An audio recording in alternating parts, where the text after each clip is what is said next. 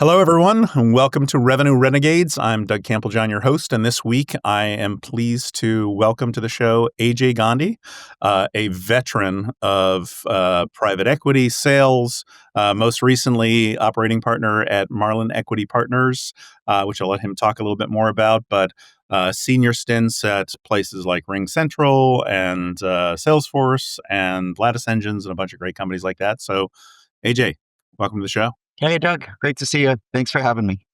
Great to have you.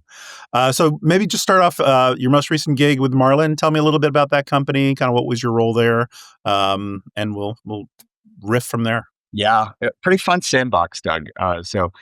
Marlin Equity is, it's basically a buyout oriented um, B2B SaaS investor. So we had 50 companies in the portfolio. We still have 50 companies in the portfolio.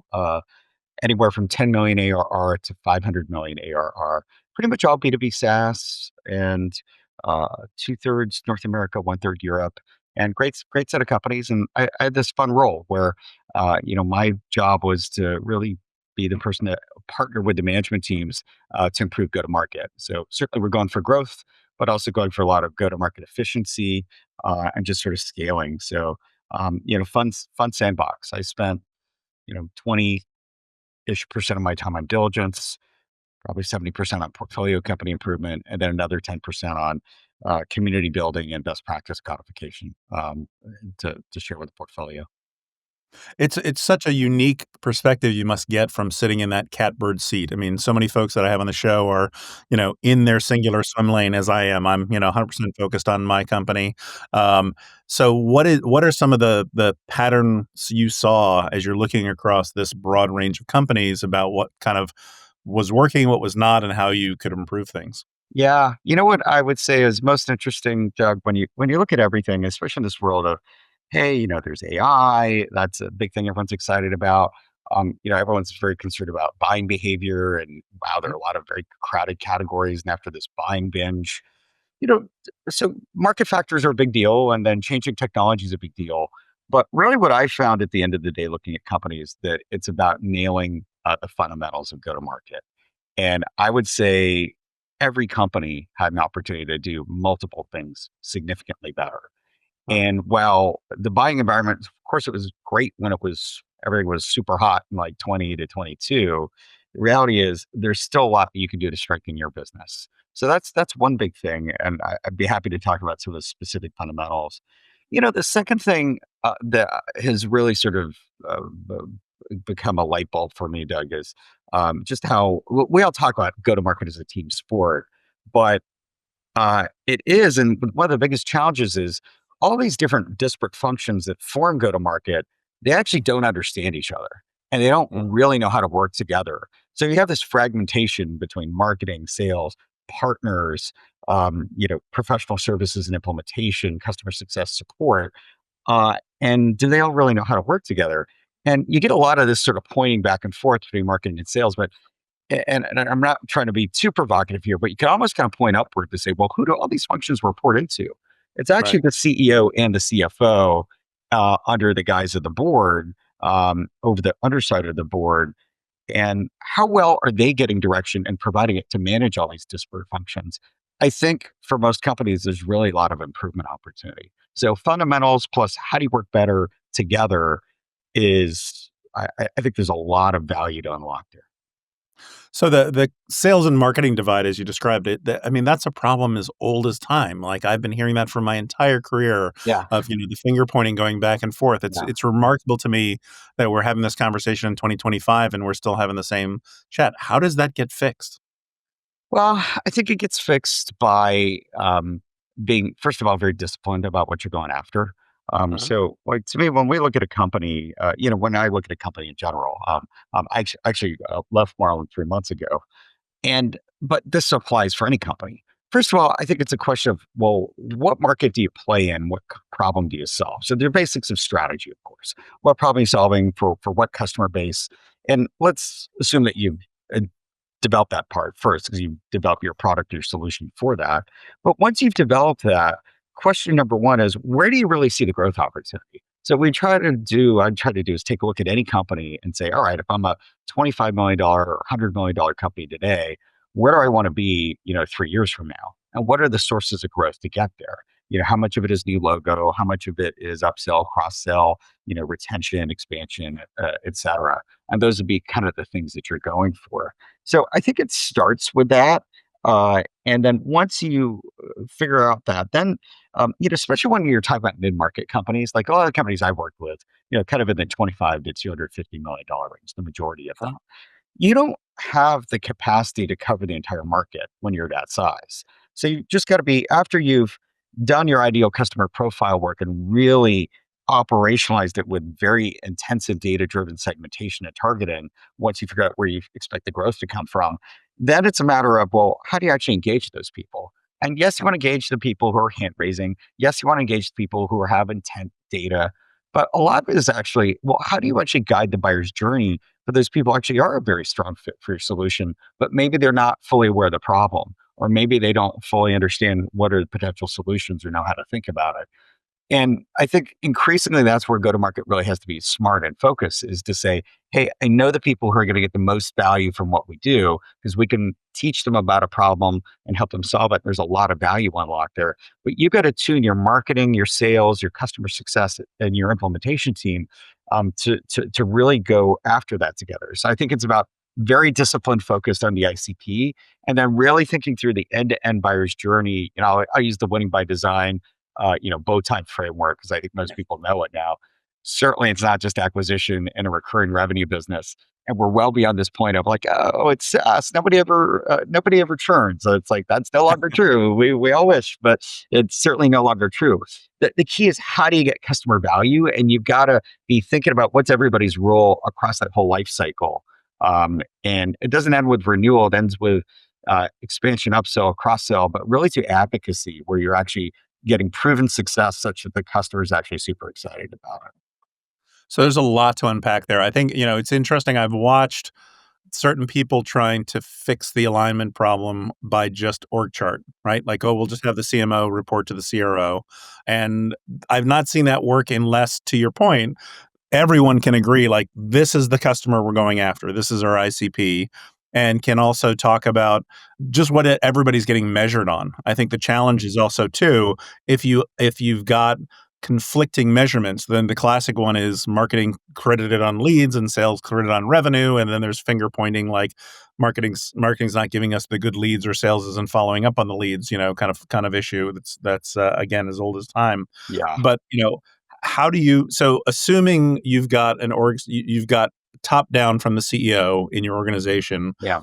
agreement across the organization of what are the ICP or ICPs that you're going after, and you've got alignment on the metrics. How do you kind of make sure that those functions are really all rowing in the same direction? Yeah. So I think it does really require time together and to go through it step by step. You just made a lot of assumptions about assuming you have all these things. First of all, okay, well, put in the work to make those things happen. I think what's been particularly challenging as we've recognized, hey, we're not getting all this inbound demand that's high fit demand anymore. So you really do have to work at it in a much more targeted way. But what I think has happened to a lot of management teams is that they are distributed geographically. So it's much harder to come together. And so you have to orchestrate that. And I think you have to orchestrate and nail down the basics in a really operationally intensive way. And to be honest, the main person who's going to be able to do that is going to be the CEO. Um, Mhm. you know, it would be great if we had a CRO who really understood everything about sales, direct, indirect, enterprise, SMB, all geographies. And that's just the sales side. And then they understood marketing, product marketing, inbound demand, outbound demand, marketing ops, brands. And then they understood professional services, like how do you get efficiency and utilization? How do you have all the right kind of specialties? How do you get customer to implemented quickly? And then get them to first value, and then customer success, a team who knew which companies to prioritize, which accounts in the portfolio, stay connected, support. It'd be great if you had an executive who knew all those things, who's a Mhm. CRO. But I mean, how many of those are there really? Yeah. Yeah, not so much a Or partner. CEOs. I didn't even cover partner ecosystem and all Right. the different routes to market for different kinds of partners. So it's look, part of it is it's kind of the a great theoretical job, and as a result, I think there is really a major requirement for the CEO to actually be the person to say, well, if all these functions report into me, Mhm. I'm going to have to understand them. And I'm going to have to guide them, and that's no easy task because I think there's a lot of education about those individual functions, which people just actually have to get. Like I, I just got to say this for my industry. This is well beyond my experience with my prior firm. Um, People don't understand marketing, especially CEOs, CFOs, and boards. And as a result, it gets highly underinvested. So think about this. I mean, we all know that data point now of, hey, what percentage of the buyer's journey is over before they contact the salesperson? I think it was originally 57%, like 10 years ago when TV first put out the Challenger book, which is well over 10 years ago now. Now people are saying it's 80%. Yeah. But what percentage of go to market spend is spent on sales Yeah. versus marketing versus customer success? The Right. latest data I saw, and I got this from Deloitte at a CRO kind of session this week. Historically it was 80% sales, 20% marketing. You go more holistic now, it's about 65%. So we're spending 65% of our resources for that 20% of time that the customer is going to give you for your salespeople. But what about that other 80%? Are you putting enough in marketing? And it's not just dollars. Is it the right kind of marketing? It's not the, as John Miller would call it, the gumball machine marketing. That's the, Mhm. let me put in the SEM stuff and the PPC and I get it out. You got to put into product marketing. You got to put into thought leadership. Brand still matters. What are all the things in the buyer's journey? So I think the management teams actually really have to get together and say, who are we going after? And not just having a pipeline, but actually having an ABX funnel. This is something like Craig Rosenberg taught me 10 years ago to say, you have 1,000 accounts at your ICP. Well, you should be measuring your progress each week. How are you moving them through the buyer's journey?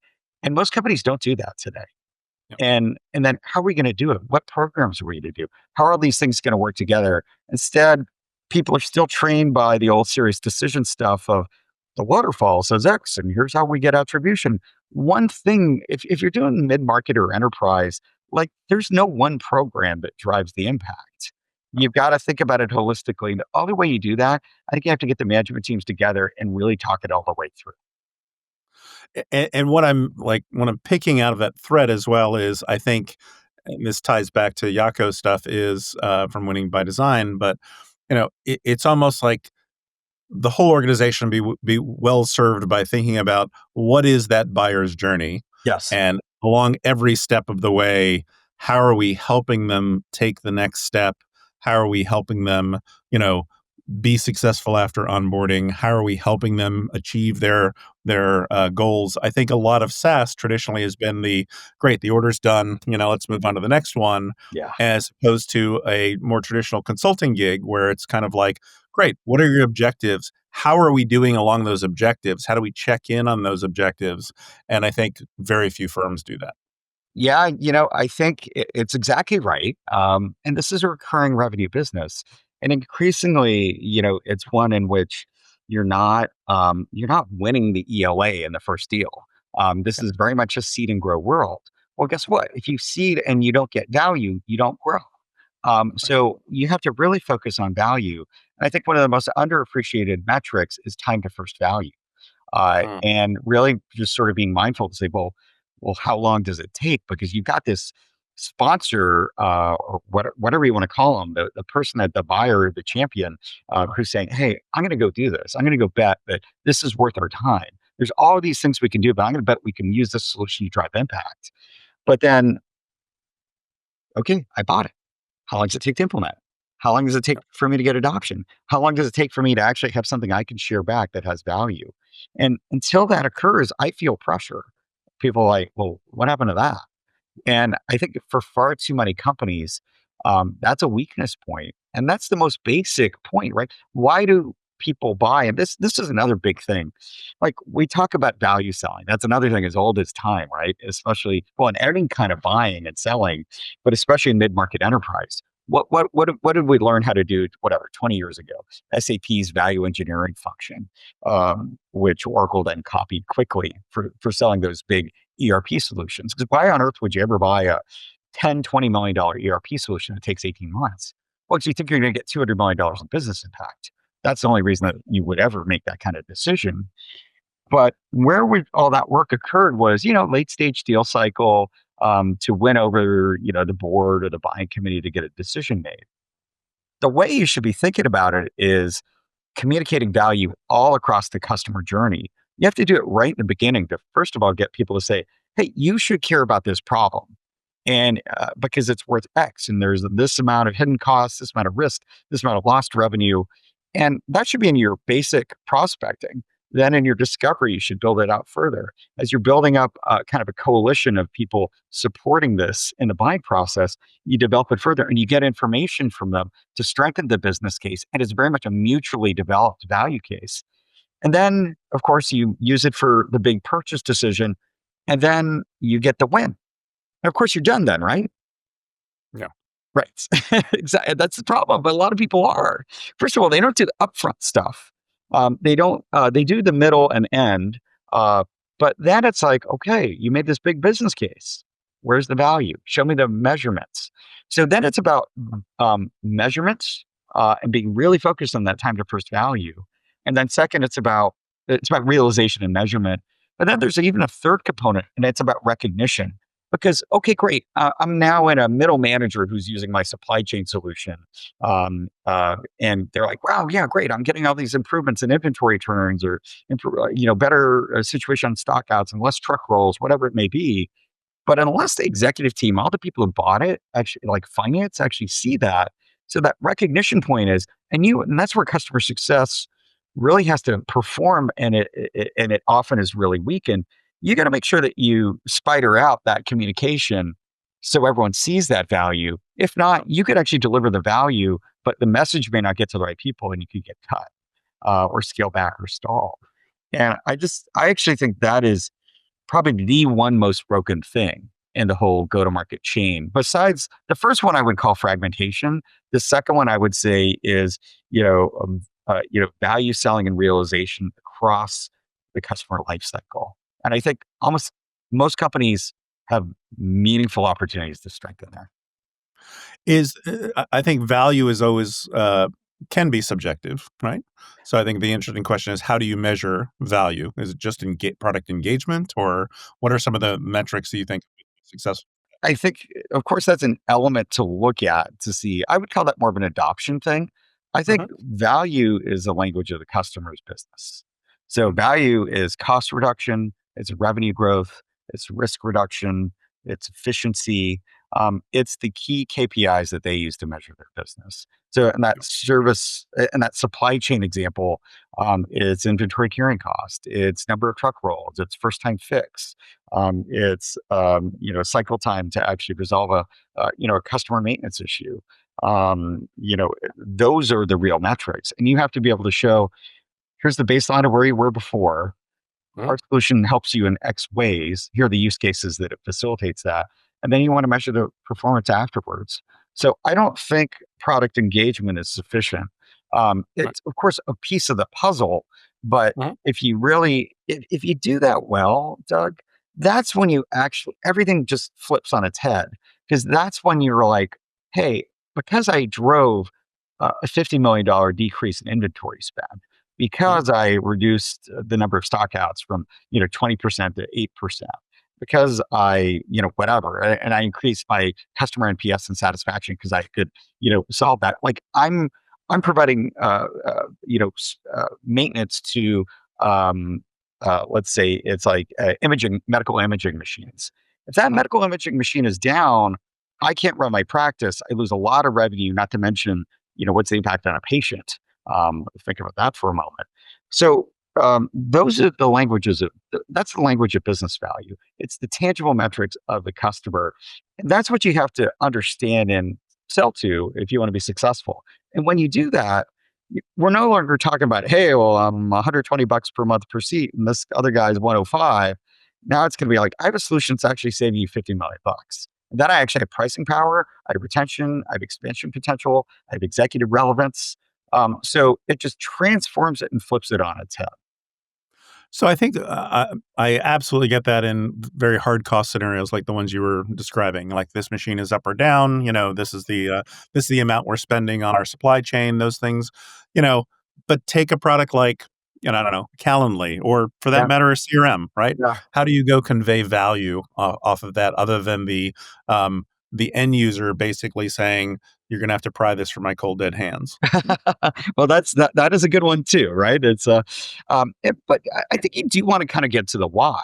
It's like, why is Calendly valuable to people? And well, so if you look at salespeople, let's just talk about the sales use case. Salespeople have two assets. They have their time and they have their talents. They really have nothing else. So if the reality is when you have a busy person and you're trying to schedule, you burn time to actually, do that scheduling. Not only do you burn actual, clock time, but you burn emotional energy.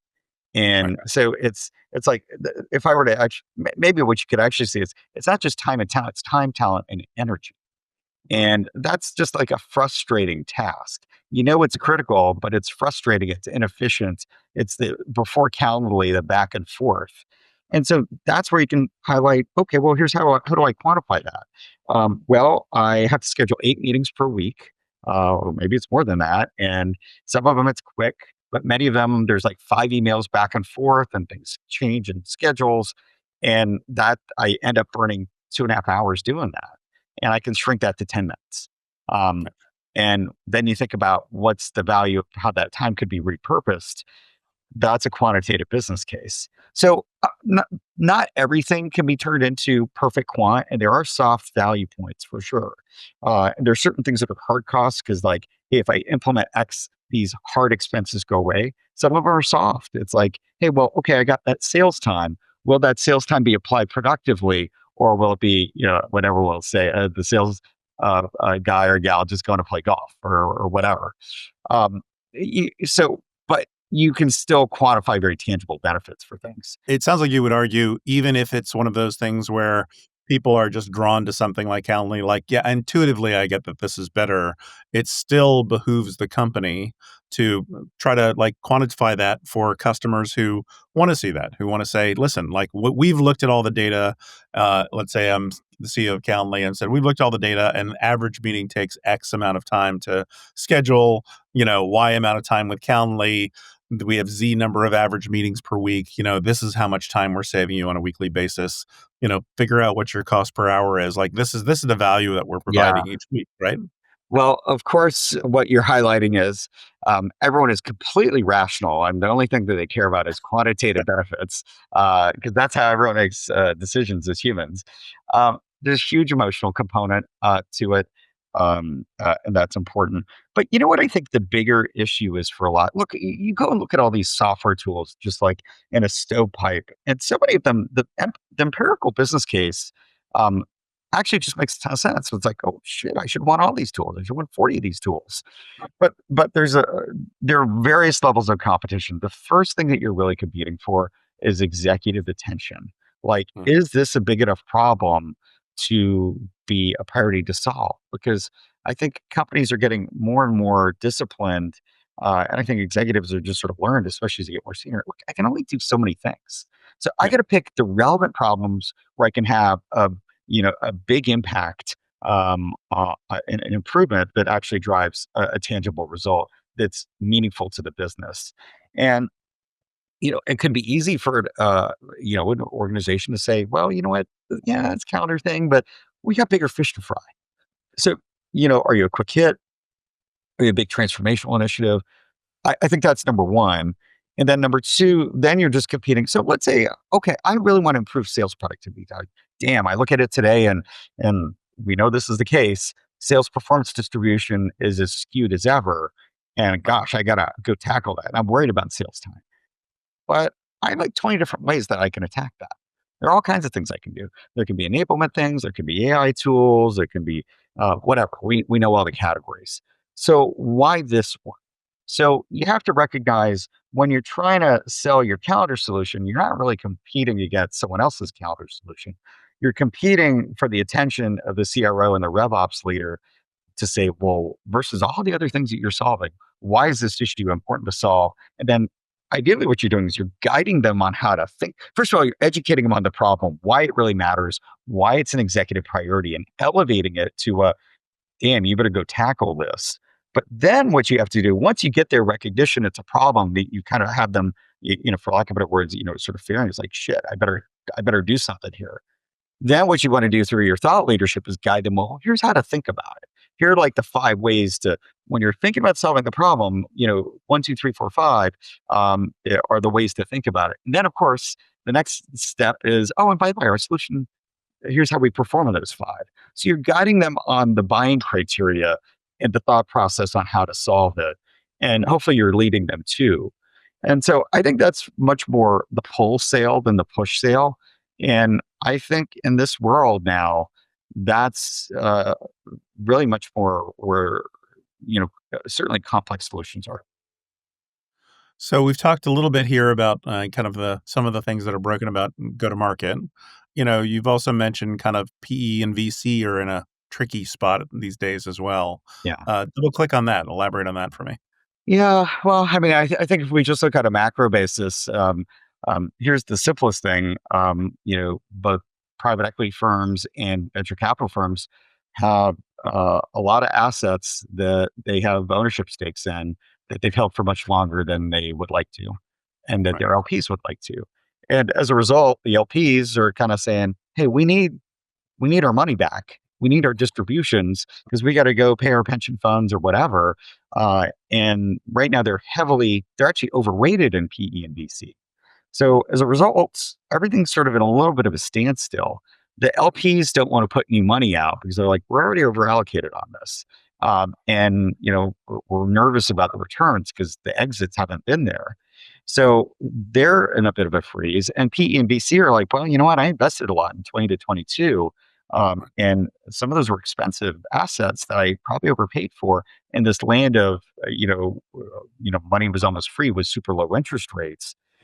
So that's a tricky spot to be. So there's a few dynamics here to think about. So first of all, the short term thing is tricky because um, the reality is go to market value creation is not only harder than the alternatives. The alternatives are, I'll do cost reduction, I'll do financing innovation, I'll Uh, do M&A. But that one takes a little bit of time. But cost reductions, obviously, you get, or I'll do pricing.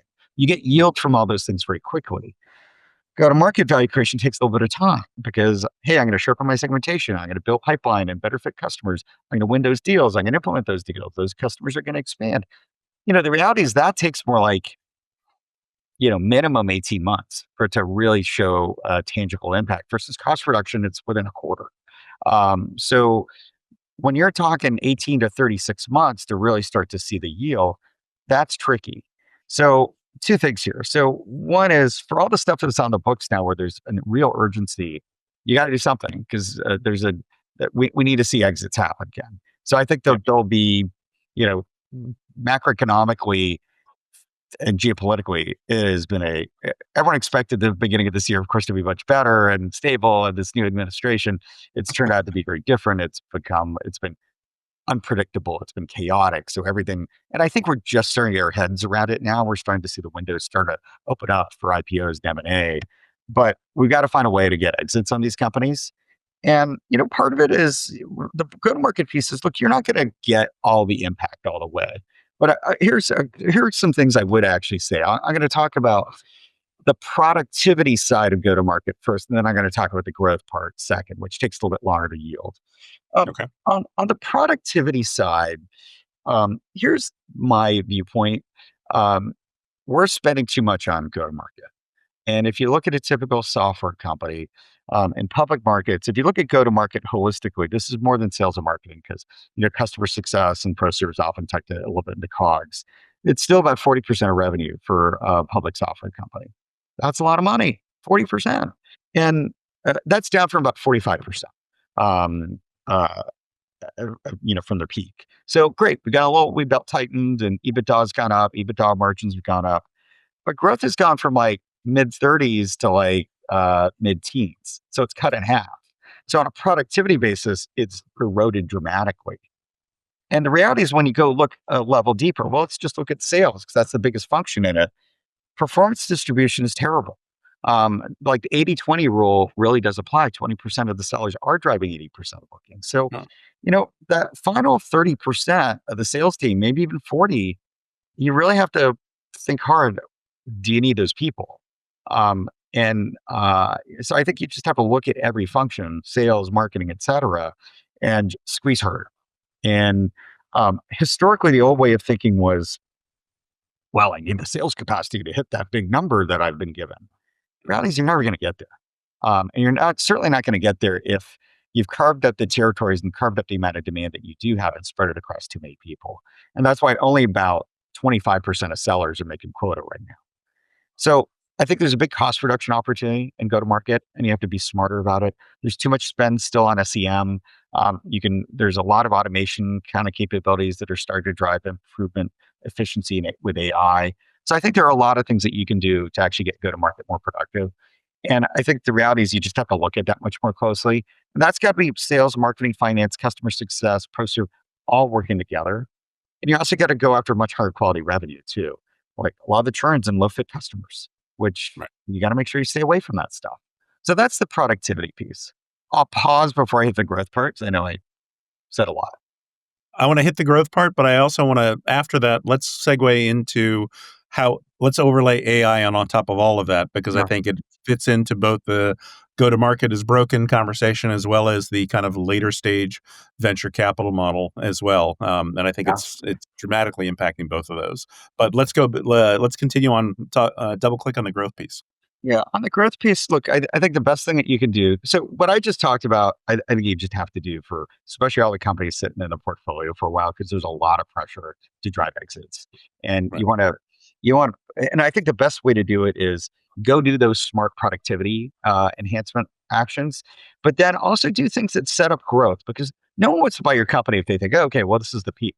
No, you then want to identify here's the next phase of, well, if I improve the go to market strategy, or if I launch a new product, if I launch a new segment or a new route to market, there's a growth opportunity for the next buyer of the company or owner of the company to go execute that. So that's what you have to set up to get the exits. Then when we go next to going to growth, you need some time because if you're selling a enterprise solution, it's a multi-100K solution and it's 6 to 9 month sales cycle. You think about, okay, I'm going to take some actions. I'm going to implement those actions. I'm going to go run those sales cycles. I'm going to learn a few things along the way. I fine tune. Then I'm going to win business. I'm going to start to see. It really is like at the end of year two that you're really starting to see it really hit. And you can break down all those like leading metrics in sort of the initiatives, the pipeline, the et cetera. It just takes a while. So you want to start right from the beginning is number one. And then, look, I think so much of it still is the fundamentals, Doug. While it is no question a much more difficult environment because many categories are saturated, buyers are more discerning, et cetera. The reality is a lot of fundamentals just aren't very strong in companies and they need to be tightened. So I'll give you a handful of foundational things that I think are important to get right, where I just see huge gaps. The first one is positioning and messaging. There's way too much Me Too. There's way too much lack of differentiation. It's I'm in this category. How do you elevate it to be an executive business problem? That's number one. Number two is this focus on the ICP and just being super disciplined. Every company I work with, it's pretty much something I do for every company. Not just define the ICP, you have a named account list, and that's really what you're going after. And that means it's 3,000 accounts that you tier A, B, C, D, and you invest more in the A's versus the B's versus the C's. That means territory design.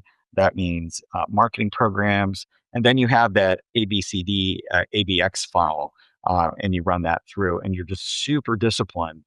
And yes, you'll still take the inbound stuff, but you're going to be discerning. You're going to say, well, I really better qualify that to make sure it's going to be good fit business. So Right. that's the second basic. The third one is really being disciplined about talent. So first of all, I think teams should really evaluate themselves to say, do I have the right talent? If I have chronic underperformers, well, why? Is it talent? Is it territory? Is it lack of support? Is it enablement? What is that? But if you have this like distribution, like most people do, this bimodal of I got a handful of top sellers carrying the business, and a bunch of everyone else struggles, and the newbies churn quickly. Well, that just shows you're not ready for those.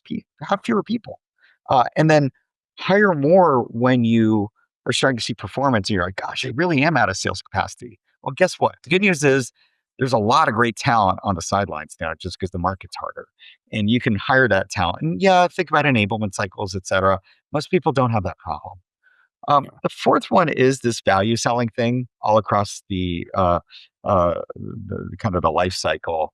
The fifth is related to expansion selling. We put all this energy with segmentation, targeting, and intent, all this data into acquisition, but you have so much more data on the existing customer base. And how well do we upsell? How well do we cross sell? How well do we actually maximize price realization based on the value that customers are getting? You have 10x more data, and it's longitudinal. But you should be applying all those targeting models to the upsell, cross sell, price, retention, and companies just don't. And then the final one to me is just making sure all those functions work together. And so those are the basics of execution. There's a whole another strategy layer on top of it of do you have the right go-to-market strategy to get into the right segments, et cetera. Um, but I think those are the things that you want to go execute against. And if you're a private equity firm going into an established business, I guarantee you across those six things I mentioned, there's opportunities to significantly improve at least two, if not all. And you got to pace it to get to everything. And then if you're an early stage company, just be really disciplined because you have micro capacity to cover the market. So just be super focused and go win uh, in the places where you have most ability to drive value. So much to digest there. Thank you. Let's touch on AI for a second because I think that it obviously affects both the funding environment. We had Max Altshuler from GTM Fund on the show recently, and he talked Yeah. about the kind of seed plus A, and I'm done. Right, like that's all the funding I need. Yeah. I've seen a lot of companies who are talking about like the goal of getting to 1 billion in revenue with 100 employees or less. So just kind of like much smaller team sizes that are leveraging AI, but also just it's creating a lot more crowding in the market with a lot more players coming out, and Yeah. then also just kind of the whole leverage and go to market. So how are you seeing AI affect all the things that you just talked about, and where are people really getting it wrong, and where are people getting it right? I mean, there's so many dimensions to it, and it is a fascinating time. Let me cover the ground this way. So first of all, from a product standpoint, look, I think there's a big disruption opportunity for, just like, SaaS replaced on-prem, there's a big opportunity for AI native companies to replace SaaS, and kind of nobody's safe. Yep. So you damn well better be leveraging AI. And that's really in company strategy, product strategy, which, the go-to-market team has a big role. I'm not going to touch on that one as much, but I think you absolutely have to be focused on that because customers are looking for it. And the incumbents actually have an advantage. And part of the reason is like, everyone's got too much stuff in their tech stack already, and especially in go to market. So you don't want to add more stuff, but you want the capabilities. So I think a responsible thing to do if you're a CIO or RevOps leader, whatever, is to say, all right, I'm going to go look at what Salesforce has first, and HubSpot, and Marketo or whomever, because all these shiny new things are tempting, but are they? Do I want to add more bloat to it? As Kyle Kolma would say, and you don't, because you have too much swivel chair and you have too much. All these productivity tools. When you put them all out there, it's productivity diminishing because the reps overwhelmed by it. I think we're seeing that be a big case that people want fewer tools. I agree with that. I think it is one of the things where so many of the go-to-market tools are solving one problem, That's right. and I think that, like, we've got the classic, kind of best of breed, and Yeah. we seem to be coming back to the whole model of suites, right? How do you kind of do that? Whether that ends up being the incumbents or other folks, or some combination thereof still remains to be seen, but I Yeah. do think that if you take a look at the just quantity of products an average rep is Yeah. is is interfacing with, and as you said, the swivel chair or the tab, the going back and forth between tabs, I absolutely agree with you. That's going to Yeah. be collapsed. it'll be interesting to see whether that is Salesforce or other players. Yeah. Yeah, it's. I'll give you a quick example before I hit on AI. The example I will give you is three categories you know super well. So one is forecasting. We had this market leader called Clarity. Yeah. Then sales engagement tools. We had these market leaders called, Outreach, Sales Loft. I think you could even throw Groove into it because people liked Yeah. it. And then the third one is conversational intelligence. And we had this market leader called Gong, and Zoom Info picked up Chorus. But what's happened is now everybody's doing all three. And so one of the things I did last year is like just go back to all these players and say, we're not paying $100 per seat per month anymore. Yeah. We're interested in like all three. I actually told the portfolio, it's like, we think these are high value tools. You should have them, but Uh-huh. you can't pay $300 per seat per month. So we kind of negotiated pretty hard with all the players to say, look, we want to have, we want to have, favored relationships. We're still going to let the companies choose, and we basically negotiated down the cost by about uh, 60-70%. So Wow. instead of $100 for one solution, we got pretty close to $100 for all three. And Nice. and that's on, I don't want to use the term legacy because I think these are all super high value tools and they're all incorporating AI. And then you have these really disruptive players like Aviso that's built all kinds of stuff and they're not as well known, but man, their platform can do customer success and it can do all kinds of things, even more than just those three categories of forecasting, conversational intelligence, and engagement. And so it's pretty wild.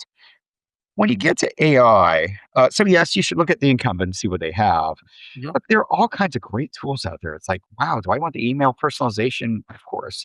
Do I want the content capability? Do I want the account enrichment? You want all these things, but you don't want to add another 10 tools to the tech stack. Right. And so that's what I think is the big trick. And I'm happy to go into a bunch of the use cases too. Let me say two things on this. So the first one is on AI, first of all. I think you have to think in terms of use cases before you get excited about tools because there's Mm. a lot of categories. And the way to think about it is what's the crawl, what's the walk, what's the run, for, what use cases do you start with? And then Uh-huh. once you do, minimize the number of tools that you can get there. So I think there are a lot of cool tools. I think there are some emerging platforms that I think are quite interesting. I probably looked at 100 to 200 tools. A lot of the little companies, I discount them right away. I'm like, hey, this is great, but I don't think this is an enduring company, Right. because you don't really your tool works brilliantly and it's a huge improvement over what they're doing together. But other people are doing that too, and I don't see you being the enduring company, with a kind of a moat that's going to survive and be the winner, or at least you haven't proven that to me that is the case. That movie's still to be written. So I think you just have to be careful because of the technology blow. So, companies like Copy.ai that are saying, hey, we're going to be a B2B go to market AI platform. I think that's super interesting. And so I've guided our companies, that I've worked with much more towards those platformy kind of tools, over, the onesie twosie kinds of things. But I think we're learning kind of every month. And at the end of the day, it's about, okay, start with discipline use cases, drive impact, prove adoptability and usability, because these tools are new. So the usability of them at scale, yes, you could have some super reps who know how to, program in Clay and other kinds of things, and copy and Jasper, whatever, super well. But which ones are you actually able to get out there at scale? Yeah.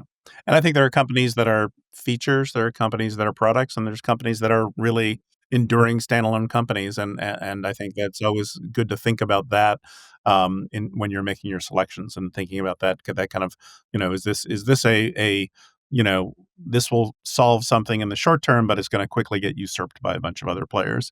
And I think it's just fascinating for like conversation intelligence is one of those categories where there is I had Richard White on the show from CEO of Fathom, and they're doing phenomenally well. But Yeah. he just was in a bake off with 22 other players, right? So what was very unique in the Yeah. early days of Gong has now become commodity that it's kind of table stakes for everybody, and Yeah. so it's see where the differentiation comes from. And you got to raise the game. Now it's like, okay, I have all this. Well, now what I want is I want to do AI based role playing. Mhm. off of that. It's not just give me the originally the transcript now or even the insights. It's, hey, take all that and work with me as a rep and let my rep practice. And this is the thing for anyone who's done sales enable in a scale company ever. This is Yep. the thing you're just so terrified. Not terrified, you're just so like mortified when you actually see the basic practice of like handling 101 against your top competitor and how good do the reps do. They do terribly because they don't practice. So this is actually, I think, a really exciting area, this AI based kind of coaching role play kind of thing. So I'm very excited about that because what I want to attack is that sales performance distribution problem. I don't think it has to be as bad as it is. I think we have to be much better at hiring. And I think that's something to improve dramatically. And that was a big area of focus that I had working with my private equity portfolio companies. But then it's this practice, this development, this is enablement. And we all, yeah, we say it's important, but do we actually really execute upon it well? I think this is one of the big unlocks with AI tools that I'm actually quite excited about. So let's shift gears for a second and get personal. We Yeah, happen to be recording this on the day before Father's Day weekend, and I remember being at one of your dinners. And by the way, you should talk about that. You have in your copious spare sure. time, you happen to be involved in this thing called the GTM Leader Society, and I have to say, I've been to a number of events that you've put on. They're phenomenal networking events. So maybe we can take a moment to chat about that and just kind of that process. And then I wanna touch on this, Father of the Year award. So let's take those. Yeah. Sure. So GTM Leader Society, this started me just wanting to connect with people as the pandemic started to recede. That was early 22, which was also simultaneously when go to market started to get really hard. What I found was, okay, go to market's hard. And if you're at a scale company, like hundreds of employees plus, and you're an executive, you know, the world's changing, things aren't working as well. And Mhm. what we all wanted to do was figure out, okay, well, how do we solve this? We need a problem solve together. The playbook needs to change. So everybody really wanted to experience share. Um, and especially for scaling to scale companies, these multi-hundred, multi-thousand employee companies. But the question is, where would you go? It felt Mhm. like a lot of things sort of blew up because of the pandemic, and then a lot of things were really focused on more the entrepreneurs and sort of the early stage companies. But you have very different problems when you have medium to large company. So I just started bringing people together. It started with paella parties, which were fun, but they're kind of shallow and networky. They're fun though. We had a lot of good times. A lot Now of what I fun. do is a lot more structured dinners and some other types of things. And so I would say it's completely accidental. I started doing it because when I became a private equity operating partner, I was expected to know everything about everything and go. Nobody does. We talked about that at the beginning of this. And I really need to raise my game on marketing. So I'm like, shit, I need to get to know more John Millers of the world, more Carrie Lou's of the world. So I'm like, all right, I'll throw some nice dinner parties. And then we would just have structured conversations in these Jeffersonian dinner formats. And it's just been a hit. And, as I think all the outbound programs have started to diminish, where it's just hard to get senior people to engage, I've been able to do it in spades because I'm a practitioner. I'm not really selling anything. And I do get sponsors to bankroll it. And we do omakase dinners and private chef dinners. And it's super great. And so I've got a marketing leader council, a sales leader council. I've done 12 dinners with operating partners from VC and PE because we have that's a whole other topic. And you came to one of those recently. And actually just did my second investor plus CEO event and just it's people need to experience here, and it's fun. And I just like being around good people, and it really comes from the spirit of generosity of like good people help each other, and we're all tackling tough stuff. And the cool thing is we have a nice time, and everyone's really interesting, so we have a really good time. I also think in the age of AI, where so much stuff is going to become less and less personal. Yeah. That this notion, I think there's going to be, I'm already seeing this kind of return to face contact, to more genuine kind of interactions, and the stuff that you're doing there just plays perfectly into that. And I have to say, it's just you get a fantastic group of people together, and it is a lot of fun. It is. It gets better every quarter too. It's like, the goal is like FOMO worthy stuff, and it's all Right. invitation only. So it's been fun. So we're totally running over on time, and I want to respect your time here, but like let's talk just for a moment about kind of some of your philanthropy work and this kind of Father of the Year title, and then we'll do kind of the lightning round. Yeah. My principles are significance and contribution. Like I have to do stuff that matters, and if I get to do something, I want to make sure that I'm doing something impactful. I suppose two things to talk about here. This was kind of personal, well, more than kind of personal. So, kind of got surprised in my marriage, 12 plus years ago.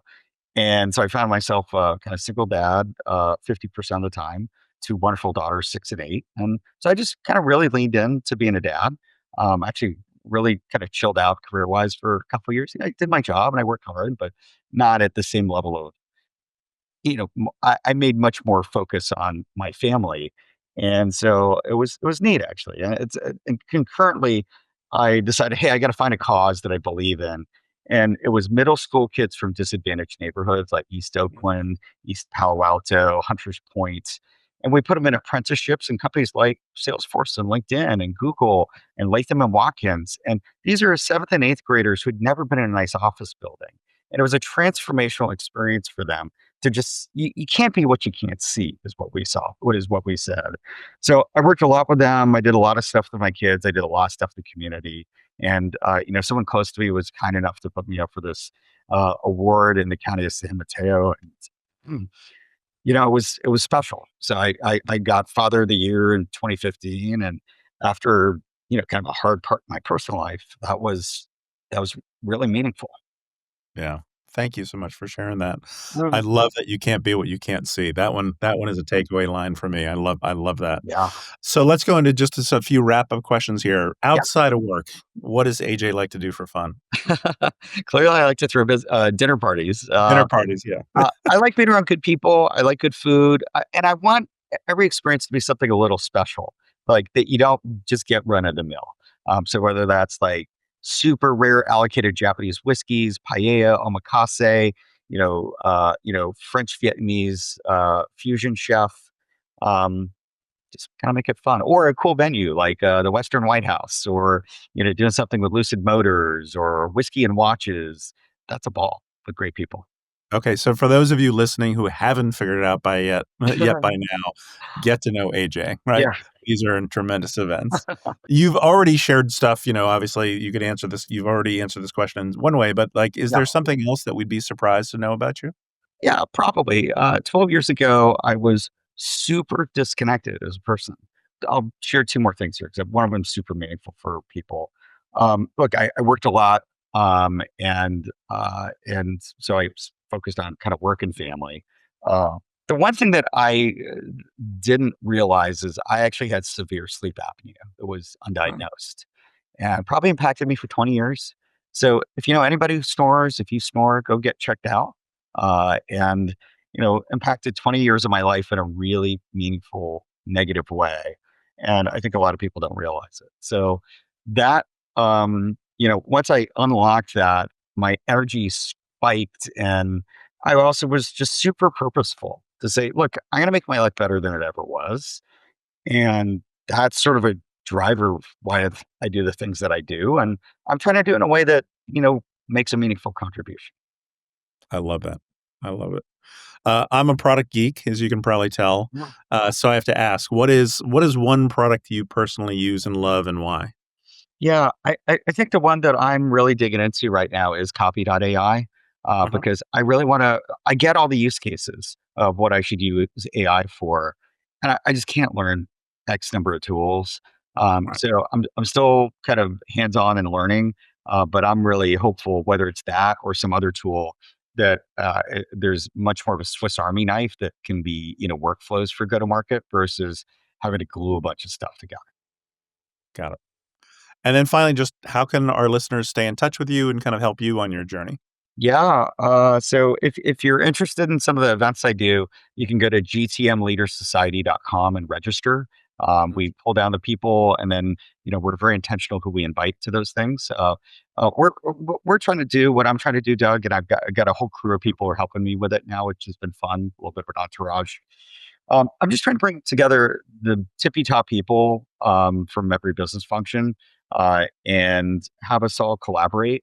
And I think if we have that audience, we're all going to learn from each other, and that's going to be an attractive audience to people that people will continue to bankroll nice experiences for us. So I'm hopeful that those get more fun too. So we wish you all luck in getting into one of AJ's dinners. I don't know. I don't know how I slipped under the wire, Sorry, but no credentials at all, Doug. Not at all. deeply appreciated. AJ, this has been fantastic. Thank you so much for being so generous with your time. Great to see you, and I look forward to raising a glass of Japanese whiskey with you soon. Yeah. Fabulous, Doug. Thanks for having me. Great to see you.